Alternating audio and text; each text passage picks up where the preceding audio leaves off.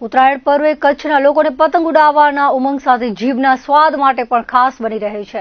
દર વર્ષની જેમ આ વર્ષે પણ કચ્છના મુખ્ય શહેરો ભુજ, અંજાર, ગાંધીધામ, માંડવી વગેરે શહેરો અને મોટા ગ્રામ્ય વિસ્તારોમાં ઊંધિયાના ખાસ સ્ટોલ ધમધમતા જોવા મળ્યા હતા. ઠેર ઠેર ઊંધિયા ઉપરાંત ગાંઠિયા, જલેબી અને ફરસાણ, ખમણ, પાત્રા વગેરેનું ધૂમ વેચાણ થયું હતું. વહેલી સવારથી જ સ્ટોલ પર ગરાકી જોવા મળી હતી. એક જ દિવસે લાખોનું ઊંધિયું કચ્છવાસીઓ ઝાપટી ગયા હતા. ભુજમાં ઊંધિયાના સ્ટોલ્સ પર ભીડ જોવા મળી હતી. અહીં ઊંધિયાના પરંપરાગત સ્વાદ સાથે નવીનતા લાવવા માટે મકાઈના ઢોકળા અને કાઠિયાવાડી શાકનો સમાવેશ કરવામાં આવ્યો હતો. અંજારમાં ઊંધિયું સાથે ફરસાણ અને જલેબીના સ્ટોલ પર સારી ગરાકી નીકળી હતી. ગાંધીધામ અને આદિપુર જોડિયા શહેરમાં ઊંધિયાના ઠેર ઠેર સ્ટોલ ઊભા કરાયા હતા. શહેરીજનોએ ચટાકેદાર ઊંધિયા સાથે અન્ય સ્વાદિષ્ટ વ્યંજનોનો સ્વાદ માણી સંક્રાંતિ જોઈ હતી. માંડવીમાં તાજી લીલીઓ સાથે પ્રખ્યાત ફરસાણની દુકાનો પર ઊંધિયાનું ધૂમ વેચાણ થયું હતું.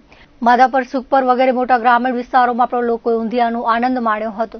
ઉત્તરાયણ પર્વે પતંગ સાથે ઊંધિયાના આ સ્વાદને માણવું કચ્છની ઓળખ બની ગયું છે.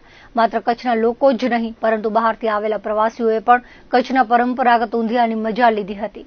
દિવસભર પતંગબાજી કરી રાત થતાં જ ભુજવાસીઓ ઘરની બહાર નીકળ્યા હતા. રાતે ખાણીપીણીના હાટડા, લારી ગલ્લા અને રેસ્ટોરન્ટમાં ભારે ગીર્દી જોવા મળી હતી.